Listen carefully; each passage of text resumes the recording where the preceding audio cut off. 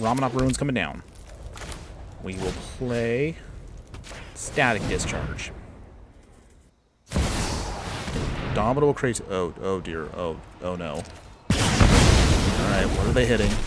Are we dead here? 2 World Spine Worms. Down to 1. How do we get out? Oh, wait. I think we still win. I think we still win, everybody. Log them on.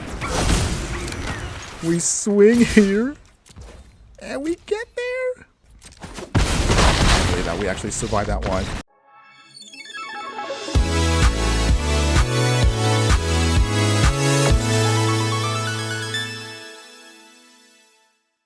Hello, my fiery friends, the Infernoman here with the latest in budget deck technology. And for today's deck tech, we're going to be jumping into the brand new Timeless format here on Arena. However, you do not need to invest a ton of mythics and rares just yet. That's right, save up for all those fetch lands that you want to buy, because we're going to dip our toes into the format by playing an ultra budget deck, or at least budget for this format. So without further ado, let's go ahead and show you what we're playing today.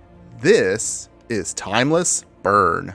Longtime viewers of the channel know how we do it. We have to talk about, of course, the stats of the deck before we jump right into it. So, of course, we are looking at a mono red deck that's about a 1.6 average mana curve. We're looking at playing today 12 creatures, 8 instants, 8 sorceries, 8 artifacts, 4 enchantments, and 20 lands. Now, of course, if you've been watching this channel since the beginning, or even if you have been recently, you know I'm a big fan of burn decks. It is, of course, the most Chad of all deck archetypes out there. So, of course, we're jumping into Timeless today. We have to make a burn deck, and also we have to make it in a budget form. But how do we intend on getting there, despite the fact that this is a high-powered format? Good question! Well, I'm glad you asked, and that's exactly what we're going to be covering right now. So let's start off with the creatures in our deck, which are all 1-drops, starting, of course, with Dragon's Rage Channeler. We don't have to worry about the fact that we are being nerfed from Alchemy. We're playing this at full power, i.e. the card will become a 3/3 with flying and has to attack each combat turn if we trigger Delirium. Also, the fact that we have a ton of non-creature spells, the Surveil ability allows us to really dig through our deck to make sure we filter and get exactly what we need on our draws. Ragavan here, I really don't need to talk about this card. I've talked about this card last time we did the No Bans Historic. So in Timeless, it does the same thing. It's a powerful little monkey that creates treasures for us anytime we do some combat damage. Definitely have to play this card in this format and take full advantage of the fact that it's a really dirty card to play. I love it. And of course, our most utilitarian and very unassuming card, Voldrin Epicure, enters the battlefield, creates a blood token, which we can then take advantage of later on, whether we take advantage of the token itself to then filter through our deck, or we can utilize it to take advantage of our burn spells, which we'll talk about in just a moment. So as for the actual burn that we're utilizing, we're going to use Static Discharge. I know it's an alchemy card, and I know some people don't like alchemy cards. I personally hate alchemy cards, but we have to be honest with ourselves. This is probably one of the more fairer alchemy cards out there, so of course we have to use it in this deck, and it really does go into the flavor of what we're trying to do. Secondly, of course, since we do have quite a few artifacts on the battlefield, we're going to want to take advantage of Shrapnel Blast and Improvised Club. Both of these will require us to sacrifice an artifact. With Improvised Club, you can also sacrifice a creature too, but with the club, it deals 4 damage to any target. Shrapnel Blast will deal 5 damage to any target. This will help us close out the game extremely quickly in what we're trying to do here. To take advantage of the damage that we're doing with all of our burn spells, we're going to use for the 3-drop slot, Light Up the Stage. This is a sorcery with the Spectacle ability, allowing us to exile a couple of cards. Technically, some people may argue you could use Faithless Looting, and that's not actually a bad choice, but how this deck runs, we really want to make sure we have enough gas, and there's going to be moments where you don't want to discard cards into your graveyard. So that's why we're going to be utilizing Light Up the Stage instead in this place. Your mileage may vary if you want to change your mind on that one. Let me know in the comments below if you want to use instead Faithless Looting. But of course, in order to kind of keep other decks from doing their shenanigans, we have to use the one and only Blood Moon. Blood Moon here is a 3-mana enchantment that reads, non-basic lands are mountains, and will really lock out some decks from actually doing their thing. You have to, of course, play this. Nothing is more sweet than casting a turn 2 Blood Moon on an opponent and seeing them scoop.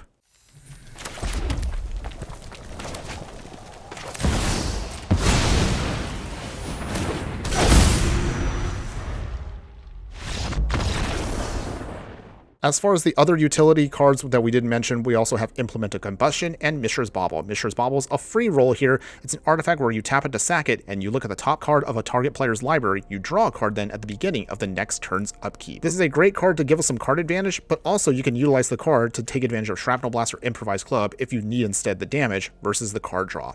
And finally, Implemented Combustion, as I just mentioned, this 1-mana artifact, you can either sack it to do a little bit of extra damage to a player or planeswalker, not really what we want it for. Instead, we just want to sack it to the Shrapnel Blast or Improvised Club, and when it does leave the battlefield, you get to draw a card out of the deal. Really sweet for us, and also really cheap and effective for what it's doing.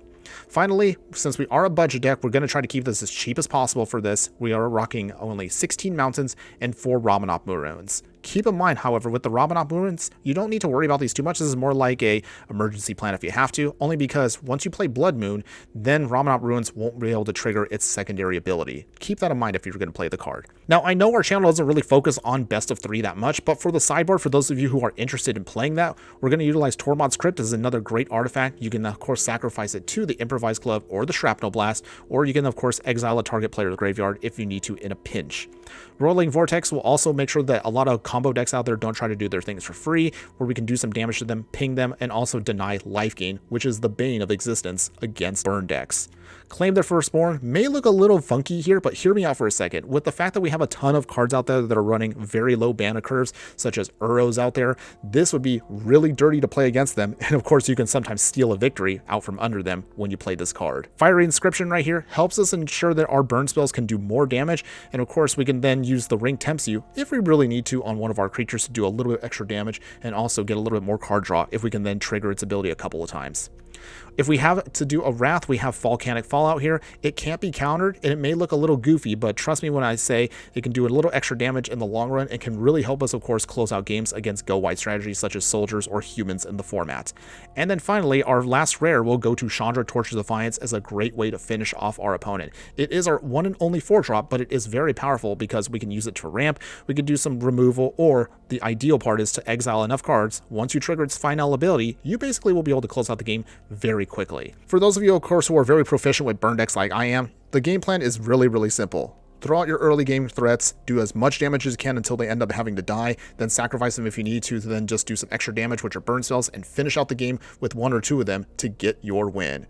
Is it possible for us to actually pull off this janky, cheap little game plan with such a small investment without any fetch lands in the most powerful format on Arena? Good question. Well, there's only one way to find out, so join me today as we play our very first games in this brand new format and see how well our budget deck does. But before we continue, if you do like any of the content that I do, please like, follow, and subscribe wherever you watch the content so you don't miss out on any of the gameplay, booster pack openings, deck decks, and so much more. Alright, my fire friends, here we go. We are playing our Timeless Burn deck here in... oh, actually Timeless. Alright, so with that, we have our Dragon's Rage Channeler for early game. We got some Burn and a Mishra's Bauble. I think we can keep this with 3 lands. We definitely have exactly what we need to go out on curve. So, what is our opponent playing? That really will depend... oh, okay. So they're playing a Mountain?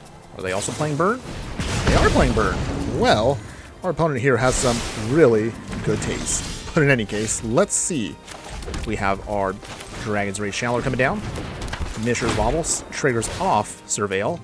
Okay, do we want to have another Dragon's Rage Channeler? I think we'll keep that, just in case. We'll be able to draw anyway with the Mishra's Bauble.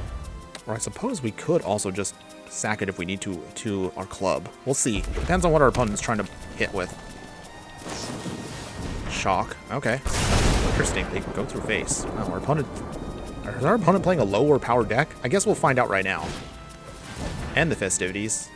What is our opponent trying to do here? I guess they just have a bunch of cheap burn, but I mean, that's fine if they want to do that. In that case, then, we're now definitely going to sacrifice the Bauble. We see they have a light up the stage coming. This gives us now 2 draws. All right, another Mountain. Don't need more lands. We don't want to flood out here, but we have to do what we have to do. All right, opponents. And the festivities again. Okay, well, that's very annoying. That's okay, everybody. This is fine. We can still get out of this. Opponent is playing... they're playing some very interesting aggro deck. Are they in the right queue? Are we in the right queue? Well, you got me. No, we're definitely Timeless. I don't know what our opponent is trying to do here. I think they just brought their Explorer deck into this format. So with that, it's fine. Static Discharge. Without that, they can't play their Reckless Charge, so that's why we have to just awkwardly kind of do that. Shock again. Awkwardly enough, our opponent actually does have an advantage right here. So here's how we're going to do this. Play a mountain. We will dash in Ragavan. Time for our monkey to make some mischief. Take a treasure. We get a reckless charge, which is not too shabby. Bounce back Ragavan. And we pass. Well, we at least now have a treasure, so we can start taking advantage of our club. Oh, he's got nothing? Okay.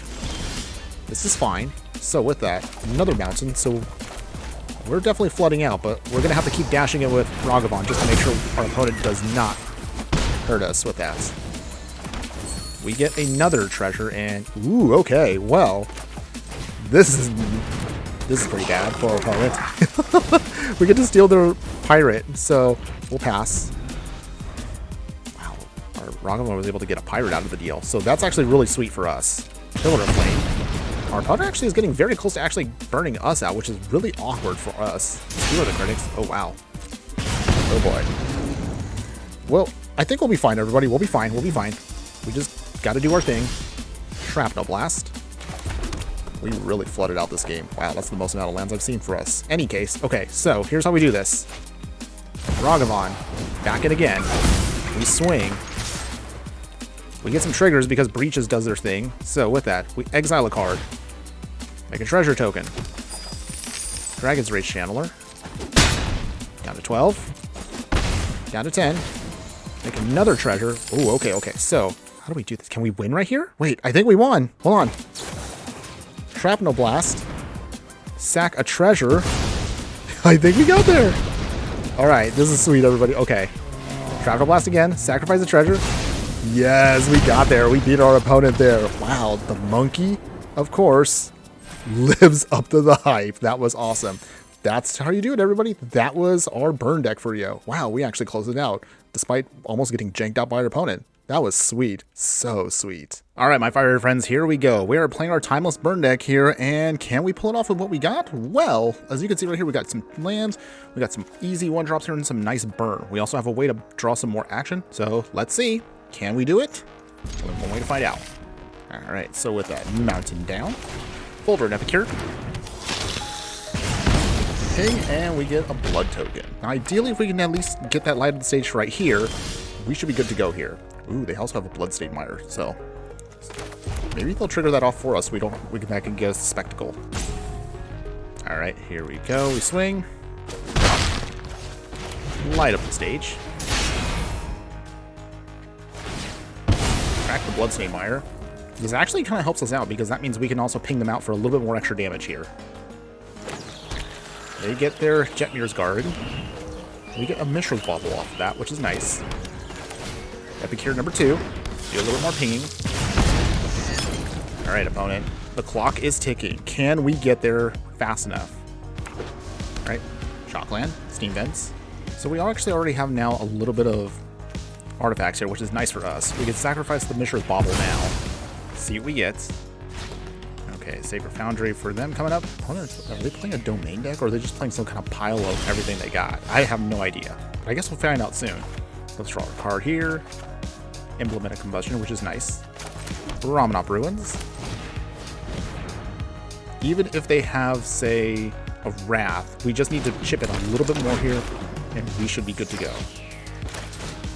Implement a Combustion. Another mountain. We don't need that, so we'll just toss it. Alright, Sticks. I just realized right now we actually missed this land drop. So bold strategy, Cotton. Let's see if it pays off. Not the biggest thing. This is fine, everybody. We should be okay, right? We didn't need that land drop that bad, right? Totally not going to come back to bite us. Am I right? Lightning Bolt. Takes out the Boulder and Epicure, but it does turn on Dragon's Rage Channel, which is great for us. Alright, so with that... Okay, opponent. Clock is definitely ticking now. We can hopefully get there quick. Leyline Binding. So, there goes our Dragon's Rage Channeler. Annoying. Not the worst. This is still fine. We can still get there. Another Mishra's Bauble. So with that, play the Bauble. A little bit more here. Okay. Thankfully, again, those Baubles will really help us kind of maintain momentum here, so we're not completely in a bad spot. Bloodstain Mire. Very... Oh, dear. This might be a problem for us, everybody. It's fine, it's fine. We'll find a way around this. So here's what we're going to do. Shrapnel Blast. On Implement of Combustion. We draw a card off of that. Light up the stage. Mishra's Bauble. At this point, we're going to have to start going off a little faster than anticipated. It's the only way we're going to have to get out of this. Sorry I'm late. It's a fairy. Here we go. Okay, so this gives us at least a little bit more action.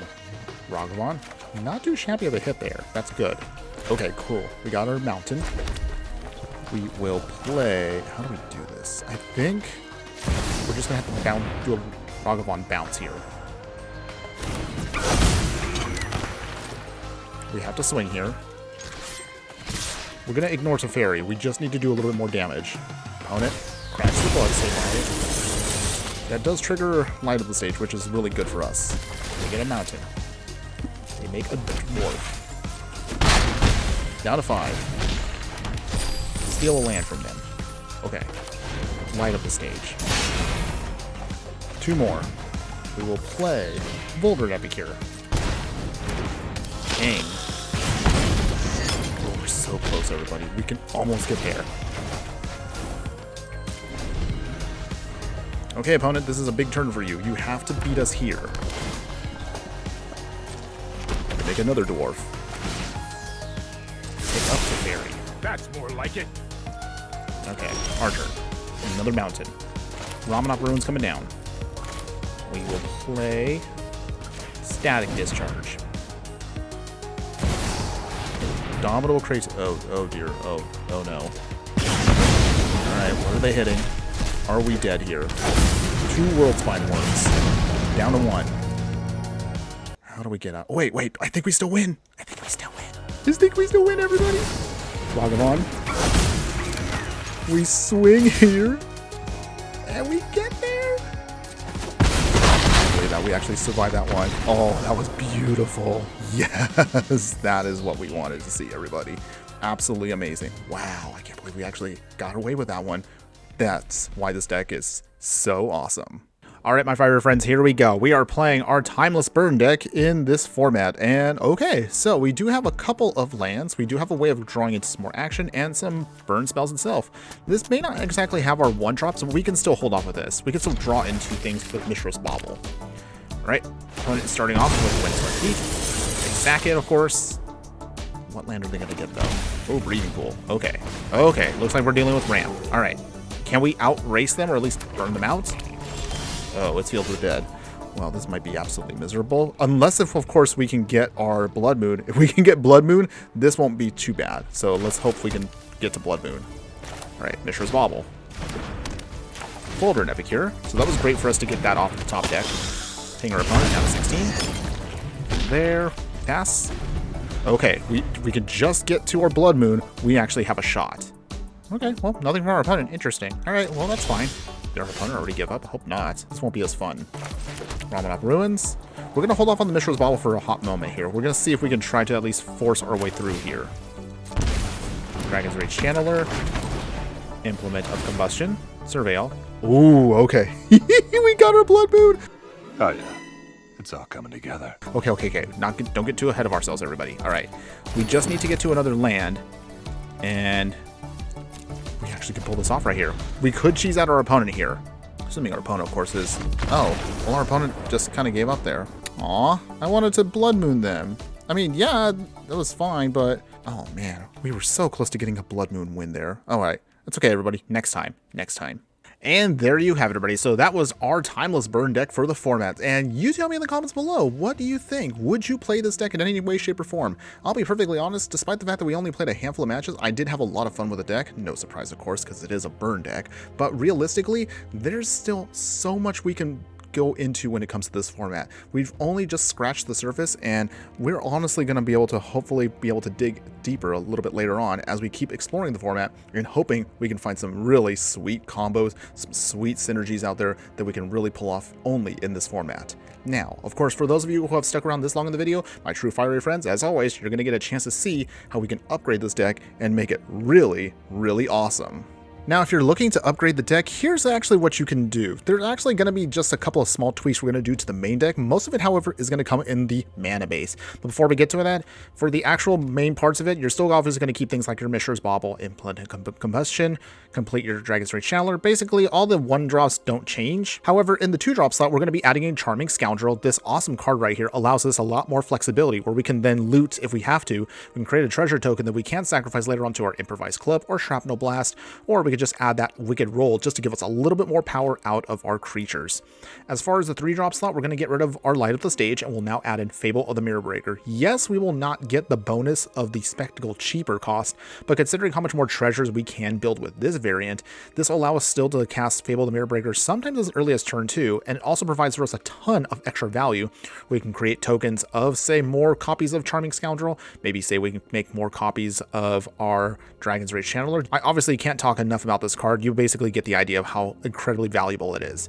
Fiery Islet right here will be one of your major upgrades. This will make sure that we don't have to worry about flooding out too much. You'll add in a copy of Soken Crucible Defiance to create some tokens if you need to in a pinch. Trim one of your Ramanant Ruins to make room for that Sokuzin, and then you'll trim down a lot of your mountains to then add in copies of Den of the Bugbear. This of course will help you go wide if we need to close up the game, and of course a single copy of Castle Embereth here to help pump up your creatures. Granted, keep in mind that all of these extra non-basic lands will be affected by your Blood Moon, but they're of course going to be here assuming that your opponent will most likely just try to blow up the moon regardless.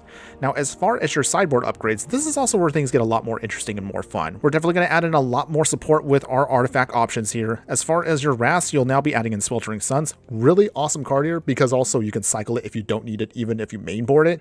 Keep, of course, your Fiery Inscriptions, your Roiling Vortex. You're definitely going to need those. As far as the artifacts that I mentioned, Pithing Needle here will stop certain cards and Planeswalkers. Unlicensed Hearse now upgrades out of the Tormod's Crypts to give us something that not only exiles target cards from the graveyard, but also gives you a finisher in the form of an artifact creature. For your other upgrades, then you'll also add in a copy of Chandra Torch Defiance. 2 copies now gives you a little bit more consistency out of the sideboard. And the spicy and really cool option here is going to be Chalice of the Void.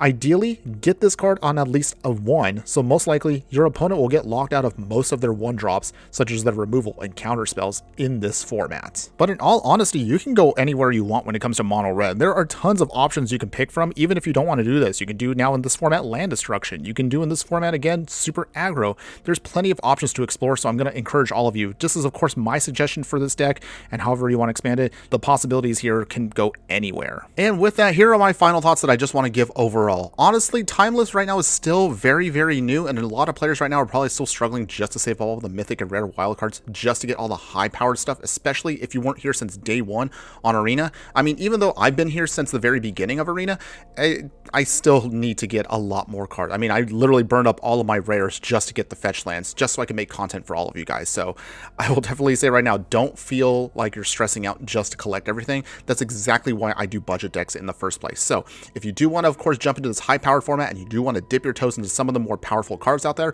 I would definitely say give this deck a try. Even if you're not a fan of mono red or a fan of burn, this deck will definitely keep in check some of the other decks that are being played right now out there. And I assure you, when you can pull off some wins with your opponent without having to spend a ton on it, you'll definitely have a lot of fun doing so. It'll feel very satisfying, and I assure you, you will not be disappointed. That's all I have for you today. Thanks again for watching, everyone, and just remember that no matter what you do play in the game of life, always be sure to burn bright.